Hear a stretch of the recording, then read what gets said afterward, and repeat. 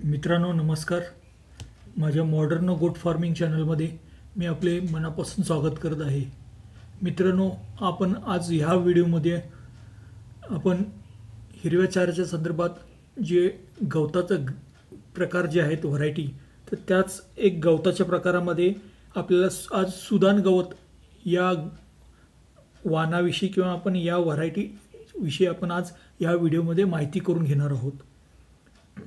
मित्रांनो, आपल्याकडे माहिती आहे, आपल्याकडे गवताचे बरेच प्रकार आहेत, जसे की मार्वेल गवत, सुदान आपण आता हेच बोलतोय, गिनी गवत आहे, पॅरा गवत आहे. गवताचे बरेच व्हरायटी आपल्याकडे अवेलेबल आहेत. वेगवेगळ्या नावाने आपण त्यांना वेगवेगळ्या प्रदेशात वेगवेगळ्या नावाने उच्चारतात. तर मित्रांनो, सुदान गवत याची लागवड ही पावसाळ्यापूर्वी करावी, म्हणजे साधारणतः आपल्याला जून जुलै किंवा ऑगस्ट अशा महिन्यामध्ये करावी. आणि प्रति एकर आपल्याला बियाणं जे आहे सुदानचं ते साधारणतः 30 किलो वापरावे. आणि बियाण्याची लागवड जी आहे ती 2 लागवडीतले अंतर साधारणतः 50 सेंटीमीटर असावे, म्हणजे नियर अबाउट 2 फूट असं आपण कन्सिडर करून जाऊ.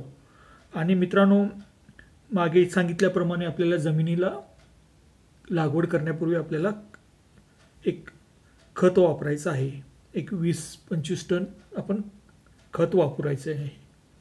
आणि मित्रांनो, या गवताची जी कापणी आहे, ही गवताची कापणी साधारणतः 60 दिवसांनी, म्हणजे 2-2.5 महिन्यात आपल्याला आपला फक्त कोळा जो पाला असतो तो आपल्याला देऊ नये, बाकी काय मग अडचण नाही आहे.